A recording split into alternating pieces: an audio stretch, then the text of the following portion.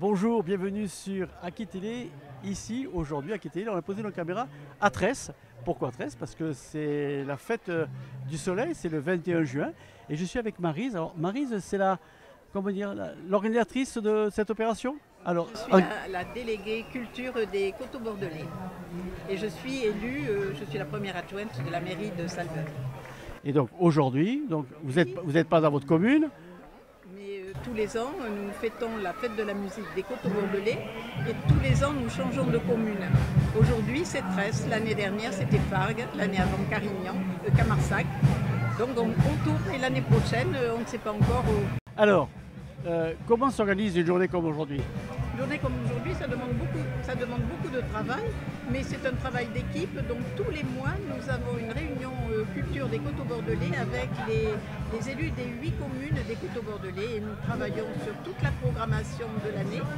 Donc ça demande du temps, ça demande de l'énergie, mais surtout ça demande à ce que les élus s'entendent bien et forment une belle équipe. C'est ce qui est le cas, belle équipe des Coteaux Bordelais en ce qui concerne cette belle commission. Alors, ce soir, beau ciel bleu, belle chaleur, pas trop chaud, magnifique. On fait un peu de vent qui rafraîchit un peu cette belle journée, mais c'est magnifique, on a énormément de monde. À vue de nez, 1500 personnes. Donc et là, j'ai pas très loin de moi, j'ai des élus qui me singent là. Voilà, donc, mais c'est ça, une belle ambiance dans cette commission. Donc, super soirée. Super soirée. Merci. Merci. C'est quoi le style du groupe? C'est un power duo. C'est comme ça qu'on l'appelle. En fait, on est deux, mais certains l'ont entendu, on fait quand même pas mal de bruit. C'est du rock. On fait des reprises qui sont des reprises illustrement connues. Des reprises, et là notamment, ce sont des reprises des années 80. À la sauce au rock quand même, on les modifie un petit peu à notre sauce. Voilà, pour éviter de faire... on n'est pas forcément un cover band classique, on va être un groupe de rock, de reprises rock. Sur les réseaux sociaux, on est donc sur Facebook. Et on est sur Instagram, voilà. Moonback, on tape Moonback en un seul mot et on nous retrouve. Madame le maire, Pompignac, racontez-moi un peu cette ville. Alors, si je vous raconte Pompignac, je vous raconte Pompignac avec des étoiles dans les yeux. Pompignac est la plus jolie commune de France. Pompignac est vallonnée, Pompignac a 3500 habitants. Pompignac a un vieux bourg. Où on a nos 2 écoles, quelques commerces. Et puis après, on est sur une urbanisation de type pavillonnaire. Et c'est magnifique. Tout est vallonné à Pompignac. Pompignac est très verdoyante. On a une superbe ceinture verte où tous les week-ends, les gens se baladent, on se rencontre, on discute, on échange. Voilà, c'est ça Pompignac. Et j'y suis née. Je suis partie à 20 ans de Pompignac pour mes études et j'y suis revenue à 37 ans. J'ai repris la maison de mes parents et j'y suis bien. 2 petites choses. Vous avez un métier en plus de maire? J'ai un métier, tout à fait. Vous êtes quoi? Je suis ingénieure en traitement des eaux. Je travaille dans une grande société internationale qui fait du traitement de l'eau. Et moi, je suis plus particulièrement dans la partie construction de stations d'eau potable et d'eau résiduaire sur le marché français. Alors, Pompignac, ici, vous faites partie de la CDC. Et donc, à tour de rôle, c'est vous qui recevez le 21 juin? Tout à fait. Lorsque nous sommes rentrés en fonction, donc en 2020, notre président nous a confié un certain nombre de délégations. Pour ma part, il m'a confié le sport et la culture.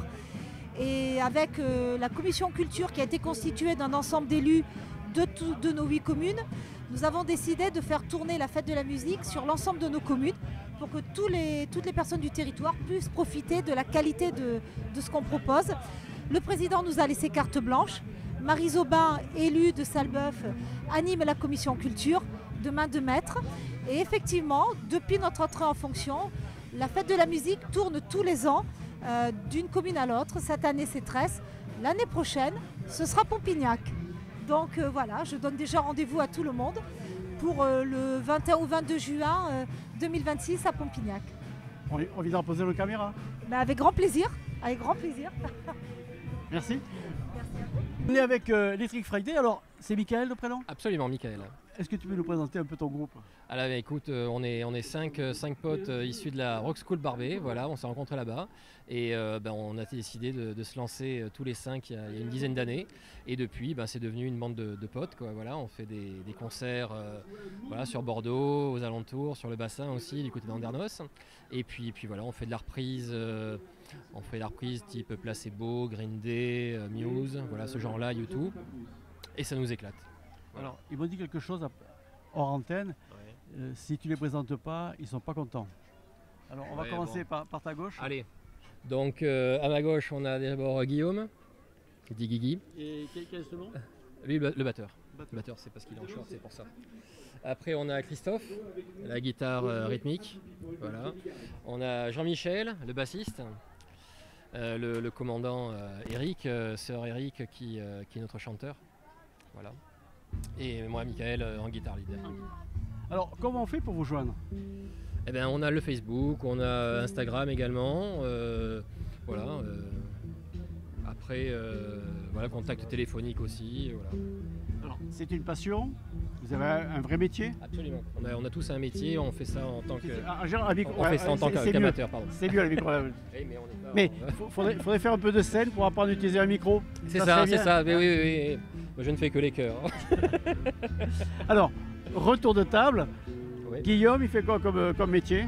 Guillaume, il travaille à la Poste, il est informaticien. Voilà. Et Christophe, il travaille à la SNCF, il est électricien à la SNCF. On a Jean-Michel qui est nouvellement retraité. Mais bon, visiteur médical anciennement, actuellement golfeur. Et Eric qui est cadreur à son compte, voilà, indépendant. L'ambiance est mauvaise.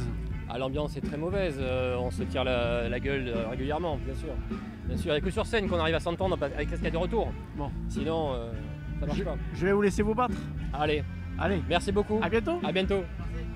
Monsieur le maire, racontez-moi un peu votre ville.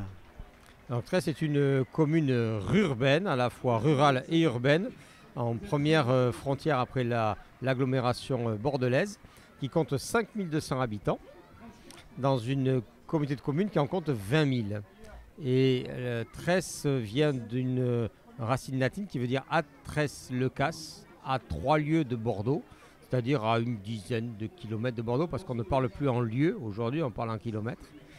Autrement dit, on est depuis Tresse 2 fois plus près du centre de Bordeaux que nos amis de Cestas, qui sont à 6 lieues de Bordeaux. Alors, vous êtes maire, vous avez un métier peut-être? Oui, maire, c'est une fonction, c'est un honneur que nous confient les Tressoises et les Tressois, et puis plus largement les collègues de la communauté de communes des Coteaux Bordelais. Mais dans le civil, comme on dit, je suis directeur d'hôpital. Je suis directeur des hôpitaux de Libourne, Blaye, Sainte-Foy-la-Grande, et puis de 2 EHPAD très jolis, autonomes à Blaye et Castillon-la-Bataille. Ça occupe un peu. Ça occupe un peu, mais quand on réalise ses fonctions et son métier avec passion, on trouve toujours le temps. Alors, pour cette soirée, si j'ai bien compris, c'est à tour de rôle sur l'ensemble de la CDC.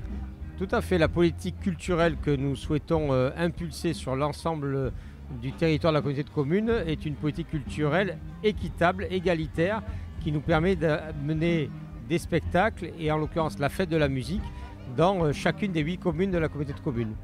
De la même manière, nous avons une saison culturelle, l'automne musical, le printemps du jazz, qui se partagent entre toutes les communes pour que les habitants de la communauté de communes puissent en profiter pleinement.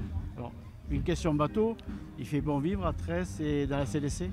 Il fait très bon vivre, c'est la plus belle commune de Gironde, bien évidemment, et la plus belle communauté de communes du département également. Donc je vous engage à venir, et surtout à venir voir nos spectacles. On est à 2 pas de Bordeaux, on le disait tout à l'heure, à 3 lieues de Bordeaux, et vous allez trouver une ambiance extraordinaire, comme ce soir. Merci. Vous êtes le président du club, racontez-moi un peu. Alors, je suis depuis cette saison le président du club FC Rive Droite. C'est un club qui est assez récent, né d'une fusion du club des Coteaux Bordelais, qui représente la communauté de communes avec 8 communes, le club de Carignan et le club de la SJA, qui est le club historique de Artigues-Près-Bordeaux. 9 communes qui sont regroupées autour de notre club. C'est un challenge de tous les jours puisque en fait, notre club, c'est assez rare, est multisite. C'est-à-dire qu'on a des terrains à Artigues, à Tresse, à Salbeuf, à Pompignac, à Camarsac, à Fargues et à Carignan. Donc c'est un challenge vraiment tous les jours. On est obligé d'avoir des éducateurs et des équipes assez mobiles pour occuper tous nos terrains. Une bonne nouvelle annoncée. Une bonne nouvelle à annoncer. Donc oui, effectivement, nous avons des joueurs qui ont adhéré à notre projet sur cette équipe première. Et nous avons, suivez Facebook. Nous allons vous annoncer donc le recrutement de joueurs phares qui ont évolué sur des niveaux tels que la Nationale 3, la Nationale 2. Ils nous rejoignent et du coup, notre ambition d'aller accéder sur ce championnat R2, il devient de plus en plus franchement réaliste et j'en suis plutôt fier. Alors, là, vous êtes ici pour la fête de la musique, ici à Tresse. C'est à cause de votre club que vous êtes ici? Alors oui, alors bien sûr, on est un club de foot. Notre ambition, c'est évidemment de former des joueurs, mais pas que. En fait, au travers du sport, on doit véhiculer des valeurs éducatives et aussi être acteur du territoire. C'est ce que nous faisons ce soir en participant à des manifestations telles que la fête de la musique. Ça peut être très bientôt le 14 juillet que nous ferons à Artigues. La semaine dernière, nous étions au Cuvier, etc. Nous essayons d'être présents sur toutes nos communes, donc 9 communes, et de participer à la vie des municipalités. Un petit mot pour les partenaires, c'est important pour vous? Oui, tout à fait. Ce sont des acteurs qui nous accompagnent tout au long de l'année sur nos projets, tant sur les équipements que sur des partenariats, comme aujourd'hui, on a le VNB qui nous accompagne pour la fourniture de bière pour cette manifestation et tant d'autres partenaires qui sont même des mécènes. En gros, aujourd'hui, sans eux, nous ne pourrions pas exister. Un petit mot aussi pour nos collectivités locales, puisqu'elles nous permettent, au-delà de nous subventionner, de nous prêter des équipements et de nous accompagner tout au long de l'année. Un dernier petit mot, et j'en finirai là, c'est un grand merci à tous nos bénévoles, nos éducateurs et tout ce qui entoure le club, les dirigeants. Sans eux, le président, il n'est rien. On est avec le maire de Carignan. Alors, monsieur Jeuneté, présentez-moi un peu votre commune. Ah, ma commune, c'est la plus belle du territoire déjà. On me l'a déjà dit ça. Ah oui, mais c'est normal, chaque maire est l'ambassadeur de sa commune, donc c'est forcément la plus belle qui existe. Alors, Carignan de Bordeaux, écoutez, c'est une commune qui est à la limite entre le rural et l'urbain, puisqu'on est frontalier avec la métropole, 4359 habitants aujourd'hui, qui s'est beaucoup développée. Notre commune a beaucoup d'attractions en termes de cadre de vie. Parce que nos habitants qui arrivent nous disent toujours on a un super cadre de vie, on est dans les coteaux bordelais, sur un beau territoire, et donc la commune est riche à la fois d'activités, bien sûr, d'infrastructures, puisque pour 4359 habitants, nous avons bien sûr des écoles. On a aujourd'hui 16 classes, voilà. On a des équipements importants pour la vie de tous les jours. C'est un problème de conserver des classes dans votre commune? Alors nous, c'est pas du tout un problème, puisqu'on est aujourd'hui, on a ouvert une nouvelle classe à nouveau. Vous voyez, donc on a une démographie qui est grandissante, alors que partout ailleurs, c'est en baisse. On a la chance d'être un territoire qui Pourquoi parce que d'abord, on a eu beaucoup de logements qui sont nouveaux, qui se sont créés. On a beaucoup de logements sociaux qui se sont développés et qui ont amené en fait un certain nombre de nouveaux habitants avec des enfants. Et donc forcément, les enfants, ça remplit nos écoles. Nous avons aussi un turnover parce que c'est un village où il y avait beaucoup d'anciens qui ont aussi cédé, qui sont là depuis longtemps, qui ont vendu leur maison, avec des jeunes qui arrivent avec des enfants. Et ça fait de la dynamique vraiment dans la commune. Voilà. Donc oui. Donc Carignan, c'est la plus belle ville de Gironde. C'est la plus belle ville de Gironde, voilà. Et c'est sans doute celle où on aime vivre dans les coteaux bordelais. Merci. Vincent, c'est vous un peu l'homme de l'art ici, au point de vue sonorisation? On pourrait dire ça, effectivement. j'essaye de mettre en lumière et puis de sonoriser les groupes de la fête de la musique ce soir. C'est compliqué à faire? C'est un métier, c'est comme tout. On accueille les groupes, on prépare le son de face, on prépare le son de retour et on s'occupe aussi de les éclairer avec un petit peu d'originalité. Alors ça fait longtemps que vous suivez la fête de la musique ici sur la CDC? Alors sur la CDC, ça fait, je crois que ça fait 6 ans que je la fais tous les ans. Nous, on a commencé à se rencontrer avec la communauté de communes des Coteaux Bordelais en 2014, où on avait fait le premier appel d'offres du Festival des Coteaux Bordelais.